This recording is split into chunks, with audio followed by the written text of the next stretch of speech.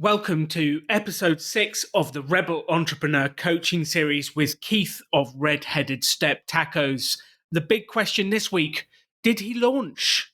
Did he get the certificate from the health department to be able to launch? Did he get the license? Did he manage to trade? What happened? Is he selling? Join us on this roller coaster journey of entrepreneurship and food truck businesses as we found out what happened to Keith at the big launch. The extraordinary belongs to those that create it. Rebelling against business plans and debt, rebelling against what society expects of us to build cool businesses, make money, have fun, and do good. Let's create something extraordinary together. Welcome to the Rebel Entrepreneur.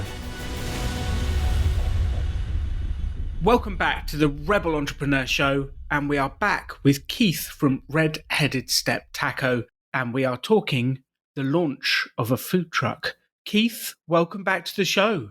Thank you very much. Finally got a couple days to recover here from my busy weekend. Glad to be here. And that's what we want to know all about, is the busy weekend. Did you get to trade? What happened? Because last time we were setting up, we were on the verge of getting the license from the local government, the health office. Like, what happened? Did you get the license? Did you launch? Did it work? That is a great question. And yes, seems like many lifetimes ago. But yes, so I had everything set up with the health department. I believe it was like on a Thursday or Friday. I was supposed to go get my license.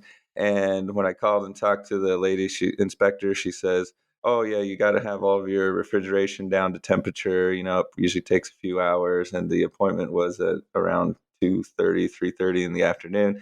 I was already having to leave work early. And I said, you know what, I don't think that's going to work. I was killing myself trying to get it set up. And I think last time I talked, I mentioned how I stayed up the night before getting my card saying I was allowed to, handle food and everything. So I postponed it for the next week, and I got everything in order, I thought. And then I roll up once again in the afternoon, still had to leave work a little early. And before the inspection even started, she comes up to my trailer and sees my generator on the ground. And she says, yeah, that's not going to work. We can't pass you if you don't have your generator somehow mounted on your trailer. And I was like, Oh no. Yeah, I said, oh, that's interesting. I don't remember, reading that anywhere. And basically she admitted that it's not in any of their paperwork. You're kidding.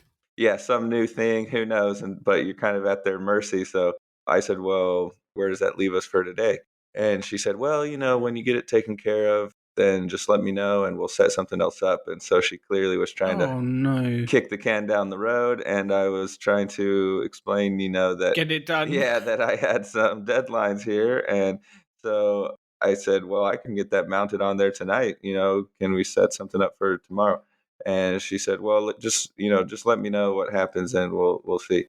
So I went directly after the meeting to the hardware store. I got myself some brackets. I put that generator on the tongue of the trailer. I mounted it nice and strong.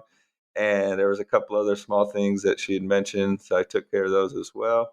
I think it's good that you asked what are the other things that I might, because someone might have gone away, done the generator, come back, and then she presents another list of things. So it's a good job you asked in that first meeting for those different items. Yeah, I did actually ask her because she was about to just walk away. I said, well, can you just do a quick walkthrough and, see if there's anything else? Because, I did not want to run into that again. And so, I sent her a message once I had that completed, but it was kind of already late in the day. I never heard back. So I decided just to show up bright and early in the morning. And so I love that. You just showed up at their office. Yeah. Yeah. So it was really strange with COVID and everything. The door was locked. I knocked. It wasn't even a worker that answered the door. It was another customer. Wow. And he unlocked the door. Yeah. He says, come on in. And so I walk in. It was a mixed office of a bunch of different health department sections. And I go up and talk to someone, I think from Vital Statistics. And they say, who are you looking for? Oh, yeah, I know who you're talking about. Let me go see if she's here. And they said, nope, she's not here. Did you have an appointment? Well, not exactly. So I called her and finally got through, and she said, I said, "Yeah, I'm here at the office, wondering if you can, squeeze me in." "Oh, no, no, no, I can't do that right now. You're gonna have to come back in the afternoon about 2, 3:30." So once again, had to be late to work, had to leave early from work, and at this point, I was getting pretty frustrated. So I get there for that second attempt, and I just could not get my refrigeration down to temperature. I tried cranking it up to the highest setting, and as soon as she walks in, she checks the temperatures and she says, "Oh yeah, these aren't holding temperature. Sorry, you're gonna have to fix Oh, that before we do anything." So that was strike two, and the vent, the soft opening was supposed to be the next day. And I said, "Well, what are my different options? Can I put some ice in the refrigerator? Can I do this? Can I do that?" And finally I said, "Well, I think it's due just to the heat inside of the trailer. It's Arizona. It's 100 degrees outside. Maybe if I get a little air conditioner in there or a blower fan or something, that can make it work." So once again, went directly to straight to the the hardware store. Yep, I did. I got myself a little swamp cooler. I got a blower fan, one of those real big, powerful ones that, well, it's actually pretty small, but powerful ones for drying off the floor when you have a flooding or whatever. And I messaged her, and she actually did say, "Let's plan on tomorrow morning at around 7 a.m." So I at least had a commitment from her for the time, and found out from the trailer owner I may have had the thermostat set a little too high, overworking it, and possibly basically causing it to overwork and not get down to temperature. So I adjusted that, and I went over bright and early. Got up at 4 a.m. I couldn't Whoa. sleep. I got only about a half night's sleep, and I went over to where I had the trailer parked. I had it plugged in all night at my brother-in-law's sister's house, and I opened up the fridge just hoping that the temperature was good, and luckily overnight it had cooled down. It was nice and chilly, right around freezing. And I sat there for about an hour waiting for the inspection, and I see that dial just slowly rising, slowly Oh rising. no, And with the heat. I'm just, yeah. And as the sun's coming up, and I'm just, "Please stay below 41 degrees." And then she messages me and says, I was planning to go around 6:45. She messaged me and says, "Hey, let's do 7:15." Oh man, come on, just get this over with. And so I get over there 7:15.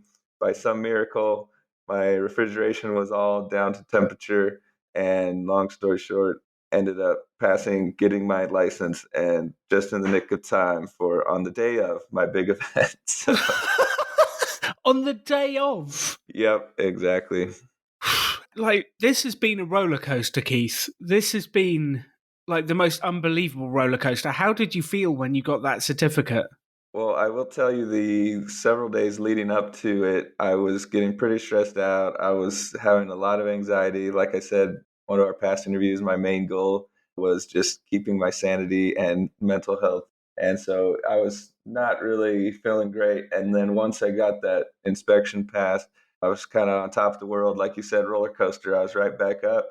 And I may or may not have leaked a few drops, out of my eyes as I drove away, just in excitement and relief.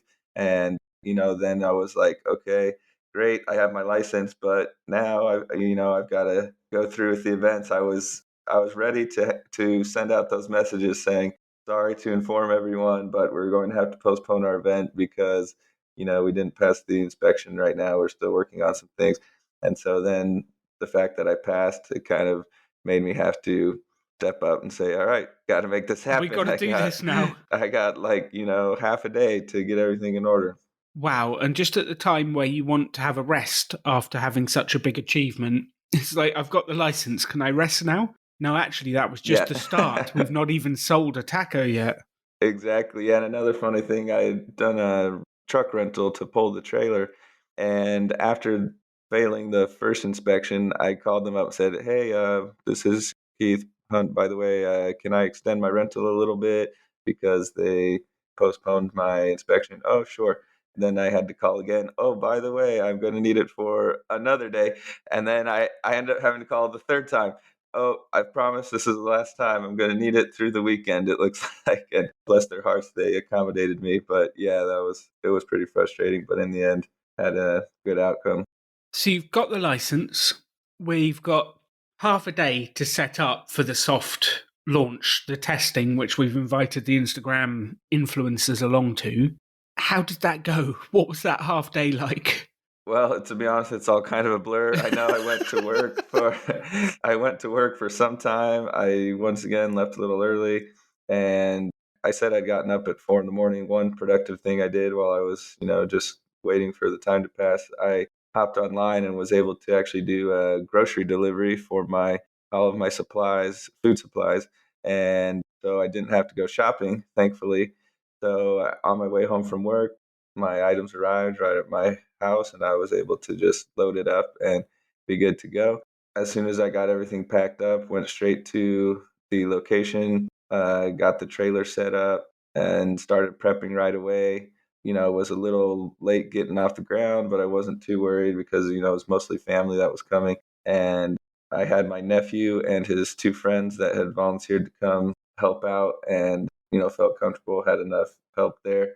And yeah, soon found that it was extremely hot, much hotter than Ohio, especially being outdoors in a trailer with no air conditioning, even with the little swamp cooler and the blower fan. It was hot. I'll just say Whoa. that. I was very quickly questioning my decision to work a food truck in Phoenix in the summer, but kind of a low key event. We just, like I said, had the family and ended up having two influencers come, and we just rolled with it, got everything off the ground, tested out the equipment, was able to get all the equipment working for the most part, and just kind of got a feel for things. Did find out we had the hood vent that sucks all the hot air and the smoke away from the cooking equipment off for about half of the night. And then I looked over and said to my nephew, "Flip that switch right there." He flips it, and suddenly the temperature dropped by 5 or 10 degrees. And they're like, "Man, Keith, why didn't you think of that sooner?" Yeah, it had its kinks, but we got a feel for the trailer and what we needed to do to get the tacos out the door. So Well, I think what's so impressive here is your ability to just learn as you go, and from the inspection, learning about the generator, and that it's not even in the paperwork. You had to go. It sounds like everyone has to fail that test once because you have to show up, you have to find that out. Then you go to the next one and you learn that lesson, you next one, you learn that lesson. And it sounds like a constant game of learn, change that would have defeated your average human being. Oh, it definitely, yeah, like I said, it was definitely getting very frustrating, but yeah, you have to just be able to roll with it, after putting that much time and effort into it. And, I won't recommend someone go out and create an event before they get their license. And even if you have the appointment set up and you think everything is good, because as you can see, you never know what could happen. The only reason I did it that way is because I was kind of in that time crunch of trying to get a couple weekends under my belt before I had to give the trailer owner that final say of whether I wanted to move forward with the year-long lease. So under normal circumstances, I would not have put myself under that pressure, but like you said, it just had to make it happen. So Keith, I just want to give you a hug at this point, and we've not even started trading. Just before we do what happened at the weekend for the trading, how long have we got left of this mini experiment? Because we extended it 2 weeks. How long until you have to give the trailer owner the last information? Do we have another weekend? yeah, basically we have one more weekend. The deadline is the 15th. Basically gives us one weekend. Okay, so we've got one more test. But before we get on to how you feel about that one more test, what happened the next day? So you did the soft launch. You had two influencers show up. Did you get any sleep? Did you rest before the next day? I got a little bit of sleep, yes, but we unfortunately had a tragedy in the family. I actually found out on my way home from work on the day of that soft opening, and our family dog ended up passing away unexpectedly. It was just Oh, kind of a Keith. traumatizing experience. I came home to a very, very shaken wife and kids, and it basically became very hard to focus. I went ahead and did that soft opening and was then that next morning I ended up messaging my boss and just saying, "Hey, I need to take the day off." I was already planning on leaving a little early for the grand opening event and had to take care of, the situation with the dog, and emotionally was not feeling great. And so I didn't think I'd be much contribution there at work. So I decided I knew they wouldn't be happy. I'd already been taking some time off, leaving early and such for the license. But I said, I need to take this time. So yeah, I took that time off, took care of the things in the morning with the dog, and then kind of chilled for an hour or two just to try to get my head right. And I was really starting to doubt myself. And then in that same time, got a message from the people that I thought were going to help me out that evening. And they said, "Oh, I'm sorry, we never heard back from you, or never, we didn't get confirmation, so we thought you didn't need us, something to that effect." And so I ended up only having one person confirmed for help, and I was just weighing that with everything else going on, and I was very close to just sending out a message on social media and saying, "We apologize. This event is being postponed." And after thinking about it for a while, I decided just to go through with it. Everything was already in the works. It was going to be a headache to cancel it and everything. So, yep, I ended up just sucking it up and going through with the event. And after that, I just got to work and started prepping and got everything ready. So, Wow. So you're there, you're preparing the food. How do you feel at that point setting up? I was definitely that anxiety came back. I was sending out messages frantically to family saying, "Please help." I had two people cancel, and luckily I have a very supportive family, and they were all already kind of planning to be there to support me in some way or another, whether it be eating the food or whatever. And so they all jumped on board. I had my parents both volunteered to help, my sister and brother-in-law and their son all volunteered to help. Oh, wow. I showed up a little late, or basically only about 20 minutes before the event was supposed to happen. And I started setting up the trailer. My wife's cousin and her aunt, actually on the other side of the family, so it's two different sides of her family, were there early. And they walked up to the trailer and said, "What do you need help with?" And I said, "You sure you want help? Because I definitely got stuff for you to do." "Yeah, what can we do?" So I put one on setting up the signs outside, another started cooking up my meat for me, and they were just right there in the kitchen getting everything ready. And then my parents showed up. I put my dad to work taking orders because we started getting customers. My mom was prepping veggies. My sister and brother-in-law, and like I said, their son showed up. They started helping with the orders, helping topping the tacos, and then finally had my original helper show up, and she took over for the aunt on the grill and started getting the rest of the meat going. And so I had to apologize to the 10 or 20 people I had already there and said, "Sorry, we got off to a little rocky start, but we'll have everything out shortly." And tickets just started piling up, piling up, piling up. Quickly, the little thing where you slide the tickets up above the grill was getting full, and we had to start stacking them behind the last one, trying to keep them in order. Whoa. And yeah, we jumped right into it. Kind of got in the groove and got a good system going. I usually am on the fryer. Unfortunately, I'd like to be out there taking the orders and interacting with the customers, being the face of the company. After all, it is Redheaded Step Taco, and I am the redhead. Yeah, in the end, we made it work. We had another influencer come. All three of the influencers ended up giving us a shout out on Instagram.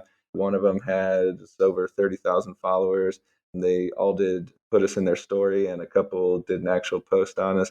And we've been getting probably at least 10 or so new followers every day since the event on there, which my Instagram was at almost zero a couple of weeks ago because I was mostly on Facebook. And so, yeah, it's now up to almost 100 as of today. They took some great video and photos, which I was able to share on my account as well. And that was really nice. Basically, turned out to be a success. We had a steady flow of customers. Unfortunately, we did have some long lines. And I did mention in a post leading up to it on social media to expect a long wait. I wanted to set the expectation. And I said, there could be up to an hour's wait. Awesome. And sure enough, it was about 45 minutes to an hour. Did start taking people's phone numbers. and saying we would contact them once their food was ready so they didn't have to stand there in the Arizona heat, and they could leave, go shopping, whatever. And so that kind of helped. We did still have a few angry customers, one couple, they decided to leave and get a refund, and I tried running out and making it right with them. They still acted like they would come back some other time. They just said they didn't have time to wait around any longer. My sister that came she's pretty good with people, talking with people, and she put out some fires, was out mingling with everybody and connecting with them and trying to make it a good experience. So I also did have a visit from some Army friends. So I'd reached out to the commander actually over my unit, and she had said that she wanted to try it sometime. And she actually flies in from out of state, all the way from Oregon. Wow. And I messaged her the night before. I said, "Hey, looks like I'm having this event still. If you want to drop in, if you've got time." And she graciously replied, "Oh, looks like my flight gets there in time. I will be there." And it's about a 45-minute drive, I think, from the airport. And she actually showed up, not only herself, but with the first sergeant, who's kind of her counterpart in the leadership over our unit. And didn't really get a chance to talk to them, but they were there. I followed up with them the next day, which happened to be my monthly drill weekend. Both, had good things to say. And she did end up saying that it was, in her words, in the top 3 best tacos she's ever had. So she said, I am required to at Wow. least, yeah, she said, I'm required to at least do this once a month on the Friday before our drill so that she can come and enjoy a taco the night before. So I love that. I feel like that should be on the website front and center with a picture of her top 3 tacos, in the top 3 tacos she's ever had. I love that. What a great quote. Yeah, I wish I'd gotten a picture I was in the kitchen working hard, but my sister, I believe, did go out and get a few pictures, of the trailer, a couple of us working inside, I believe. I also had some personal friends come, some I hadn't seen in several years, which was cool. And some old friends from when we used to live in the area, some coworkers from my day job. So yeah, had a lot of support from the community. And we ended up doing about 30 orders, which for a full day, that would be pretty terrible. But for 2.5 hours that we were open, since we opened kind of late just to make sure that, or we had the event scheduled late to ensure that I could get there in time and everything with my day job. So yeah, we were there only a few hours and got to 30 orders. If we could keep up that same pace over, a longer period, I think we'd be doing pretty well. As far as the numbers, basically with those 30 orders, made enough to cover at least my food costs and my labor costs, and probably actually the truck rental as well. Basically broke even on this first one, but I was pretty happy with the turnout. One, I was just happy that I made it through, first and foremost, since I was about to call it off, and I just was telling myself throughout the day, if I can just make it through the day, like at this point, I'm not even worried about the numbers. I just want to make it through the day, and just at the end of the day, look back and say, I did it. I made it happen. That to me was my measure of success at that point. So, And that was the Friday. correct. Yeah. So did you trade again on the Saturday or the Sunday, or was it we just did the Friday? I would have liked to, but like I said, that turned out to be my monthly drill weekend for the Army. So, yep, I cleaned up after the event, got the trailer parked, and had to get up bright and early 4 hours later to return the rental truck, and didn't want to wake my wife up and all the kids and have to have her go pick me up from the truck rental. So I threw my bike in the back of the rental truck and went and dropped off the trailer, dropped off the truck, and rode the bike home. And it went immediately to the Army drill. So, yeah, didn't get much time to rest, and then had the 2-day weekend with the Army drill, and finally got a little bit of rest. Sunday night, I got a full night's rest. How are you functioning, Keith? How are you still operating after that kind of weekend? I'm not sure I could keep up with you. Well, it was interesting. I was going to mention this earlier. I weighed myself. It was like Thursday, maybe Friday, and I had lost about 8 pounds from just a few days prior. And I thought there was I thought there was a mistake on the scale. I didn't have my glasses on and I was squinting. I was like, is that a 9 or an 8? And yeah, it turns out being stressed out will definitely take a toll on you. And I'm happy to report this morning I was right back up. I don't know how that works, but yeah, it definitely took a toll on me. Feeling pretty well rested and recovered now.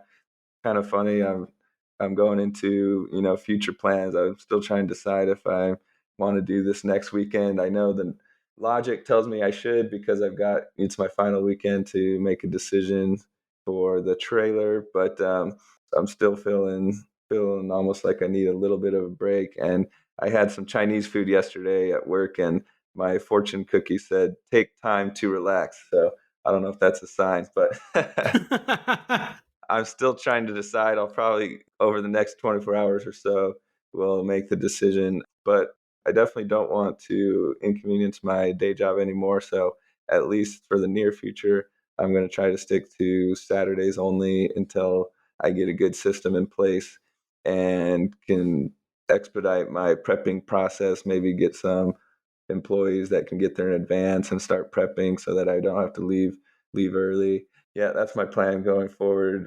Kind of play it by ear for this next weekend, and if I'm feeling up to it, I'll go ahead and do that Saturday. It is going to be tough to try to decide if I want to go forward with the trailer rental. I've already got quite a bit into it between the deposit and the first month rent, but I don't want to go into a bad situation just because of that.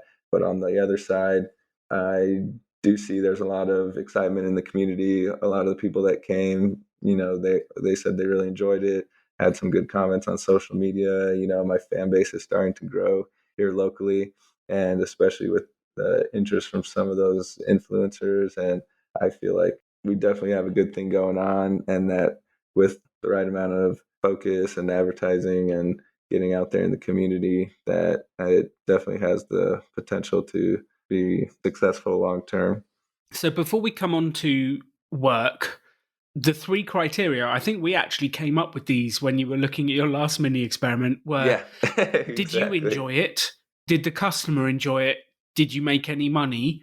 And based on those 3, do you want to push on? So I guess top line, did you enjoy it?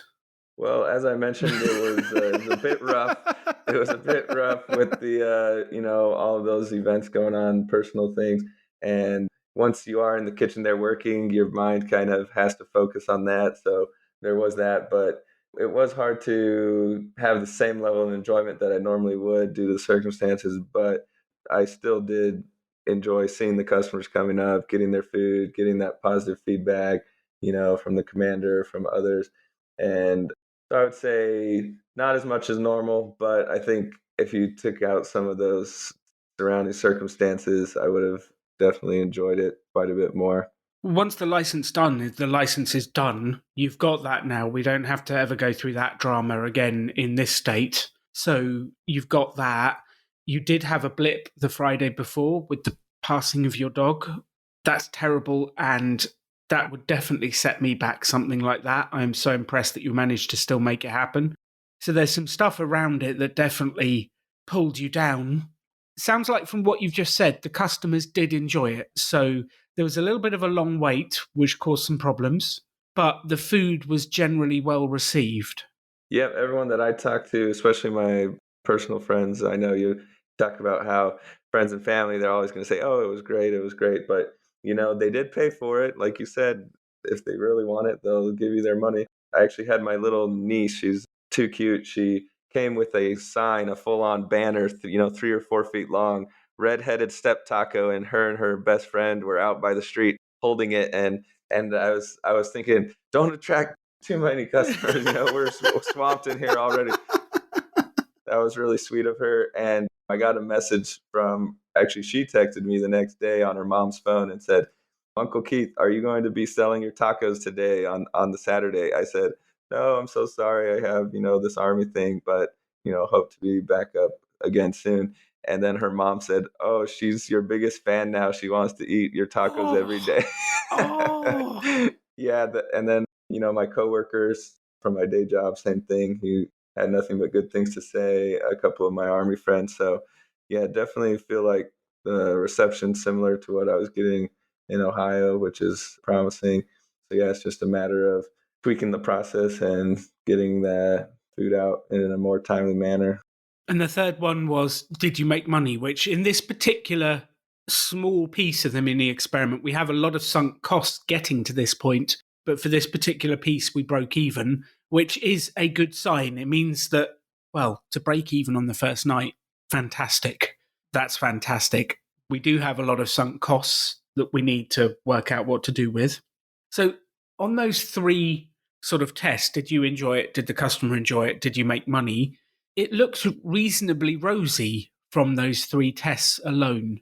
Yeah, I would agree that, like we said, we had some hiccups and some, things that could have been better, but there's nothing blaring that's, just a total failure. Like, no, this is not going to work. So, yeah, I feel like we have enough to work with to turn it into, like I said, a long-term thing.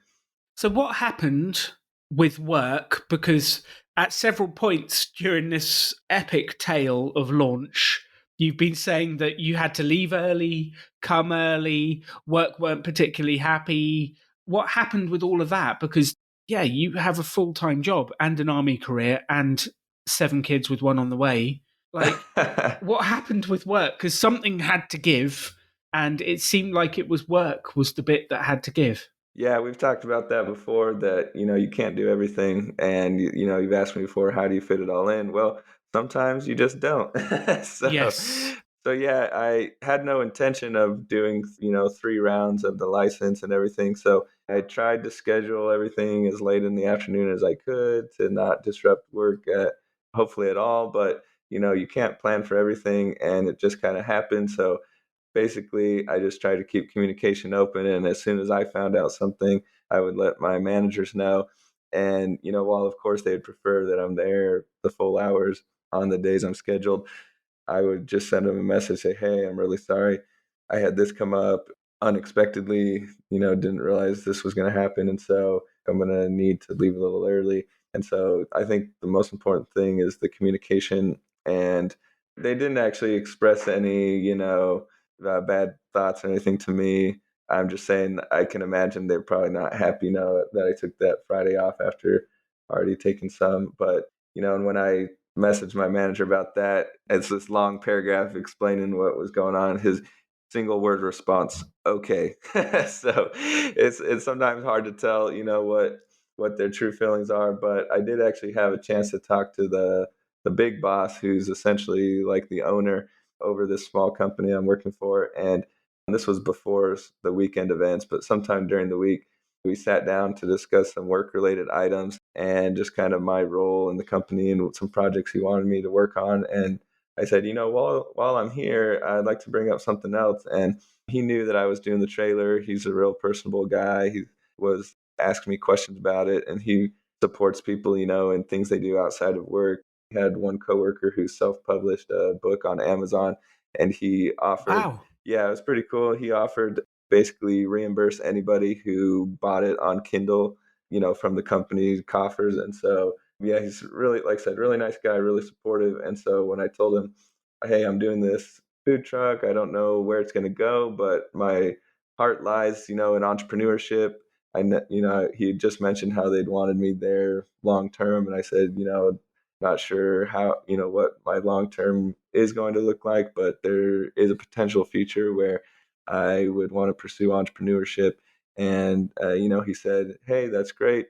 In the end, we want what's best for you and your family. We'd love to have you as long as you're able to stay."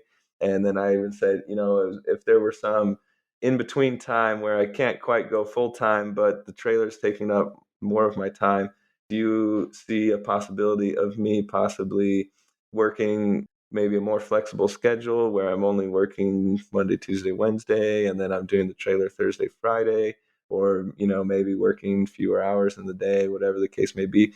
And he said, basically, everything's on the table. He said, "I'm willing to consider all options, so I said, "Well, I'm not to that point yet, so we can discuss it, later down the road if it ever gets to that point." And he says, "Yeah, I know your passions for cooking. I know you like the entrepreneurship, and like I said, support you and whatever's best for you." So think that's a good conversation to have. Some people might try to be hiding, the side hustle. I think it's important to be transparent and just honest up front and say, hey, this is where I stand. This is where I see it going. Want to do what's right by you guys and also, support my family. Which is a risk, depending on what he says and how it goes. But it sounds like he reacted in the absolute most positive of manners, which actually, reacting like that, how did it make you feel when he reacted so positively to supporting you? Yeah, definitely made me feel good. Like I said, knew him pretty well, then knew him to be a reasonable person that was pretty supportive of people. I figured in the worst case scenario, I would suddenly be a full-time side hustler. Yeah, so basically, like I said, I was pretty confident he would have a positive response, and if not, I had the trailer to fall back on, and luckily worked out. But everyone's individual situations may vary. Your boss probably better than anybody, so you'll have to determine if that's something you want to do. And especially if you've got some FU money, as they like to say, that might be a good thing to have before you have a conversation like that. And you've been following the financial independence path for some time alongside entrepreneurship. You do not have to give us any details, but are your finances in a reasonable state to enable you to be a little bit more adventurous on this side hustle journey?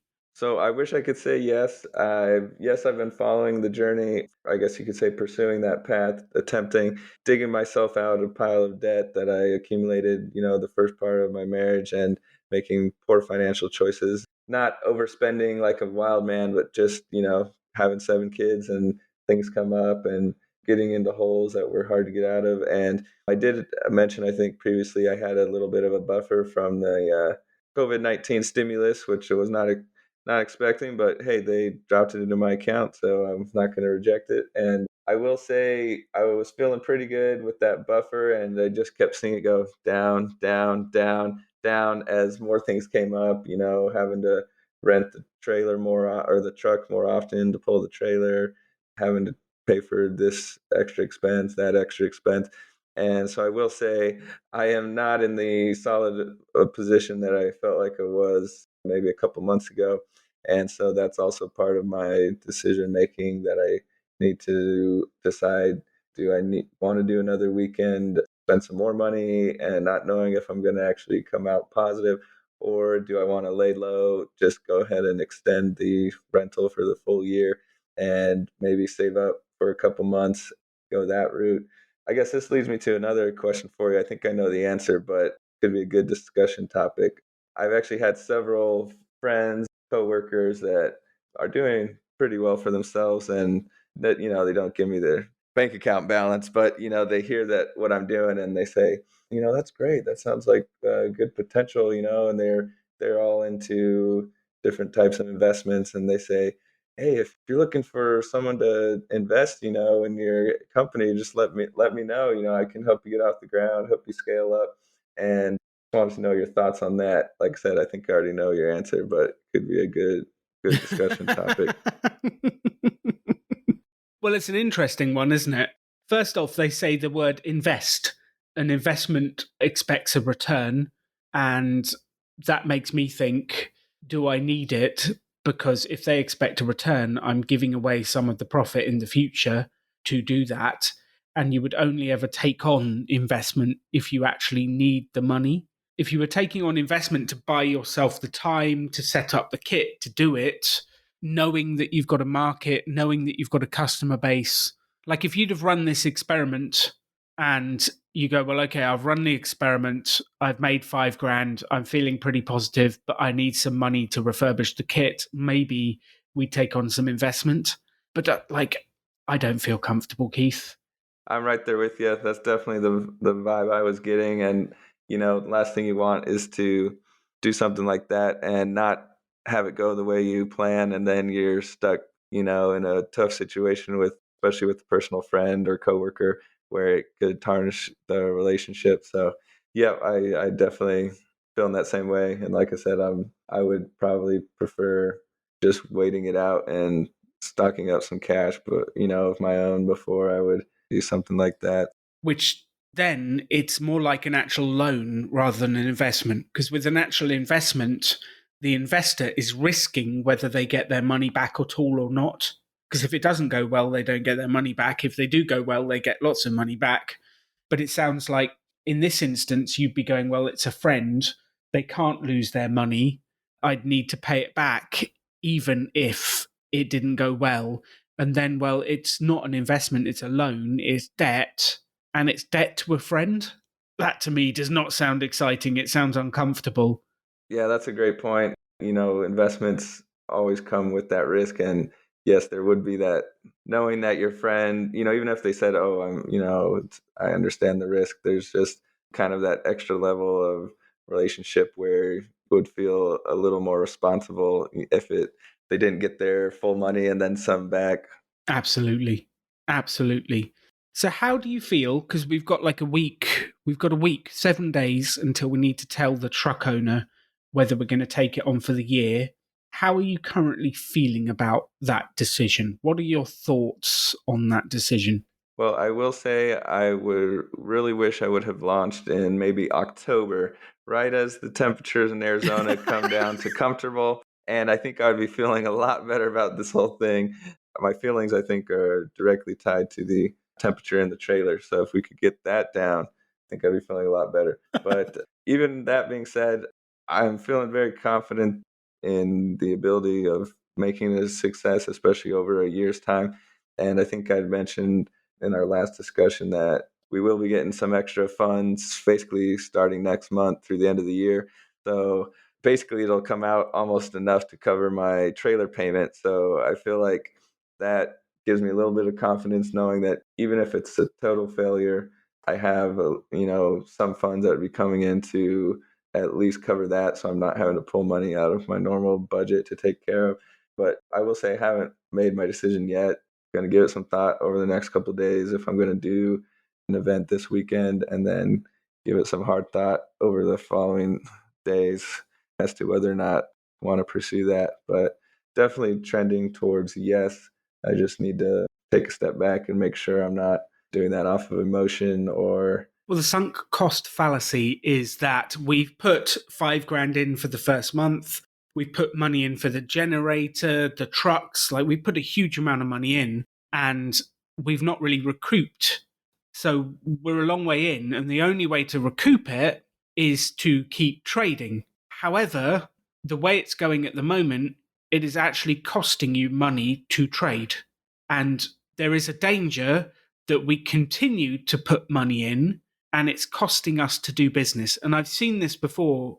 I was working with a wonderful lady who had a flower shop, and she had the shop that was costing her so many pounds a month in rent. And she wasn't even making that on the money she needed to trade. So every month, she was gradually going down and down and down because she was paying to trade. I looked at her numbers and went through them with her, and I was shocked. It was just like, you need to get out. You need to stop this craziness. And she'd been in there a year paying to trade. Like, what are we doing? And I felt so bad for her because she was so passionate about it. She wanted to do it. She loved it, but she was paying to trade. And then it's like, well, it's kind of like you're doing a side hustle, not as a hustle, as a hobby, where you're paying to go and do your hobby. You're paying to go and do it. And then you're looking at going, am I willing to pay £500 a month, $500 a month to do what I love? And that's kind of crazy. yeah, passion does not pay the bills, that's for sure. A couple final thoughts on kind of my decision making going forward. One thing I did also learn as I prepped for the event was not having a full service commissary was definitely kind of a hindrance to the whole process. I had to prep everything on the trailer. It was hot. It was hard to keep the refrigeration at the temperatures that I needed. And really, to be a success going forward, I think I need to find, or I know I need to find a full service commissary that will allow me to store stuff overnight. I actually did, after our last discussion, go out and knocked on some more doors and talked to about 5 more local restaurants and basically got a lot of no's, got one maybe. a little water shop. Believe it or not, in Arizona, they have water stores where people go and buy, 5 gallons of water at a time. And apparently that's not a thing everywhere. I thought it was. So they have to have a license as well because they serve ice cream and some other things. So I said, do you have space, for me to store some extra food? She's like, well, our stuff's pretty much full. I said, well, I have my own little commercial refrigerator. It's only about 2 feet by 2 feet. Is there anywhere in here in a corner and wherever that I could just put that and pay you guys, a monthly fee? And she looked around and pretty much her walls were all full. And she's like, well, I don't right now, but if it really comes down to it, I could probably make some room for you. So go out, try to find a better option. But if you don't, come back and I could probably make it work. So if nothing else, I could maybe pursue that. I'm going to keep looking, trying to find proper space to be able to go in, prep all my veggies in advance, you know, chop all my meats, have everything ready to where I can just open the trailer and just jump right in. And, that's going to set me up for success. I also did have some potential opportunities for the future. I was dropping off some payment at the property manager for the place we're renting here. We actually know him personally, and he was planning to come to the event on the weekend, but he said he just didn't get a chance to come out. But he said, you know what? I was meaning to talk with you. I've been wanting to do some advertising. He's like, I've done zero advertising in the community and kind of want to get my real estate / property management services out there. What do you think about some deal where basically I buy, 50 tacos for the first 50 people that come to your event, and you just put up a thing saying brought to you by such and such real estate company? And I was like, well, I don't know how I could turn that down. You're basically guaranteeing me some business. And he's like, yeah, I think it's a win-win-win. You get a little bit of a guaranteed income, the customers get the food, and then they get the advertising. And so, yeah, I was just out of the blue, wasn't expecting that. And it's like we may be collaborating, and it gave me an idea, what other businesses would be willing to do something similar. Actually, there was a AC refrigeration company back in Ohio during the pandemic. They were partnering with a company almost every week. They were partnering with a new local ma pa restaurant, and they were buying about 100 free pizzas and donating to the community. And the community loved it. It definitely got their name out there. So yeah, something maybe looking more into. I also had my wife's aunt, her and her husband own a hot air balloon company, and I've never seen it in operation, but they're going all the time to events all over the country. And she said, hey, we're here for you. We're here to support you. Whatever we can do to make your business a success. If you want us to come to an event and blow our balloon up, hang your banner from it, and do some tethering rides where they, put people in, go up 50 feet, bring them back down.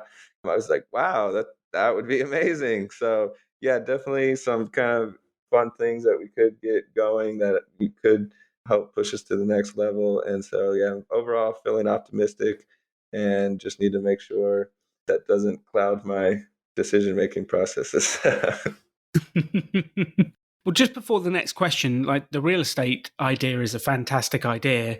And I don't know, I'd be speaking to him going, do you have a small budget to add to a Facebook advert that anyone who likes tacos in the Phoenix area, you go first 50 tacos free, sponsored by, and put that advert out to those people, or share it in every group in the Phoenix area? Like that gives you an incredible opportunity to promote. I think if we go ahead with this, Keith, I'm up for coming up with ideas with you and helping you to work out how we can get the message out there. Because I think, well, you put free tacos out there, or even like share this with your friends and it guarantees you a spot in the first 50 or something like that. We can, like, the message would fly round that you're there, and having a hot air balloon, and that's incredible opportunities. And from what you're saying, you're very forward focused, and you're thinking, how do I fix the kitchen problems? How do I make this better? How do I improve the system? I think that's the engineer in you looking at how can I make this better and how can it go forwards. But you're very forward focused on the next steps. Yeah, that's a good point. And I think you hit it right on the head with the engineering. I went to school for product design engineering. I wanted to design consumer products. I liked coming up with the idea in my head of some product to solve some problem and prototyping it, getting all the kinks out, and then refining it, producing some final product and getting it into people's hands. And I'm realizing as I go along with business, it's kind of like the business is the product, and I'm tweaking it, prototyping right now, and I get that same level of enjoyment that I get from designing physical products. And so I never would have thought of it that way, and I never would have expected, business to follow that same process. But definitely, that's one reason why I'm enjoying it, whereas I never saw myself really as a business person. So the next up is the thinking and the decisions, Keith. Is there anything we can do to support you in your next steps? Well, like I said, I think I need just a couple days to kind of reflect and decide if I want to go ahead with this weekend. I'm thinking in the end I'll probably go for it, but just kind of need to mentally get over that hurdle, and I'm sure I'll feel fine. I'm feeling pretty good now, but I'm sure over the next few days get even more positive. So yeah, I think if I had a Saturday where I can don't have to worry about, oh, I got to get out of work by this time, that'll set me up for success. And maybe if I'm opening for lunch hours and I do one full day, 10, 12 hours, whatever I got to do, then I think that'll definitely give me some more confidence. I guess the help side, just once I make that decision, and if I do it this weekend, just maybe someone to bounce those ideas off and say, hey, let's evaluate this. Is this something that makes sense to keep going, at least with this particular option of the trailer, locking ourselves into another 12 months? So yeah, I would love to have that conversation with someone just so I know I'm getting some unbiased opinions. Well, I'm slightly biased in your favor, and my bias is I want you to do well. So I'm definitely biased. However, I will have a different opinion to most people, but I'm definitely biased on this one. I want you to be successful and happy, Keith, whatever that means for you. And sometimes happy means not going ahead with things. Sometimes happy means going ahead with things, and you need to work out what's going to get you to where you want to be. So I am here for you. Let's do that conversation. Let's schedule it before you have to make the decision so that we can talk it through, so that you can go with a clear head about what you're going to do next to the truck owner and decide whether you want to sign up to a full year or not. I think we should schedule that now. Keith, thank you for sharing the highs and lows of your journey and bringing us along on this roller coaster you've gone through. It is unbelievable to see what you've gone through, and you're still here. You're still alive. You're still smiling. The family is pulling through and helping you. Thank you for sharing the journey so everyone can learn along with you and experience this right alongside you. I feel like I'm on the virtual roller coaster with you, just listening to your stories. Well, I appreciate that, and it's funny. Last time you said I've got to be the luckiest guy alive. You must have cursed me. But no, I'm kidding. Yeah, we all know that everything comes with highs and lows. I know from past experiences back in Ohio that nothing comes easily, and yeah, just got to keep pushing forward. What I tell myself when I'm having a rough day is, no matter what happens today, at some point, might be earlier than later, later than earlier, I will be sleeping in my bed tonight. And so, no matter how bad of a day you have, it will come to an end at some point, and you just got to make it through the day. That's it. And I think the closing message from me is entrepreneurship will have lows. You are going out there and doing things, and this is to everyone who's listening to this right now. You are going out there and you are making it happen, and things will go wrong. Problems are a sign of life. And it's not that problems don't happen, it's how you respond to them. And Keith keeps responding positively. He keeps working through it. He keeps working out. He sees the problem of the generator isn't mounted on the truck, and he goes to the hardware store and he mounts the generator, and he keeps working through the problems. If you are having problems with your business right now, that is a sign that you're trying. Problems are going to happen, and it's how you respond to those problems that is the most critical thing in business. If you can respond with positivity, if you can respond with energy, it is unbelievable where you can get to. Problems are a sign of life. Keep tackling them. Keep moving forwards. I believe in you. So go out there, make it happen. Thank you for listening to The Rebel Entrepreneur. You can have any life you want to. Choose to build something cool. Choose to take action. Choose to work to make your dreams become reality. Stand out. Be different. Be yourself. Be a rebel entrepreneur.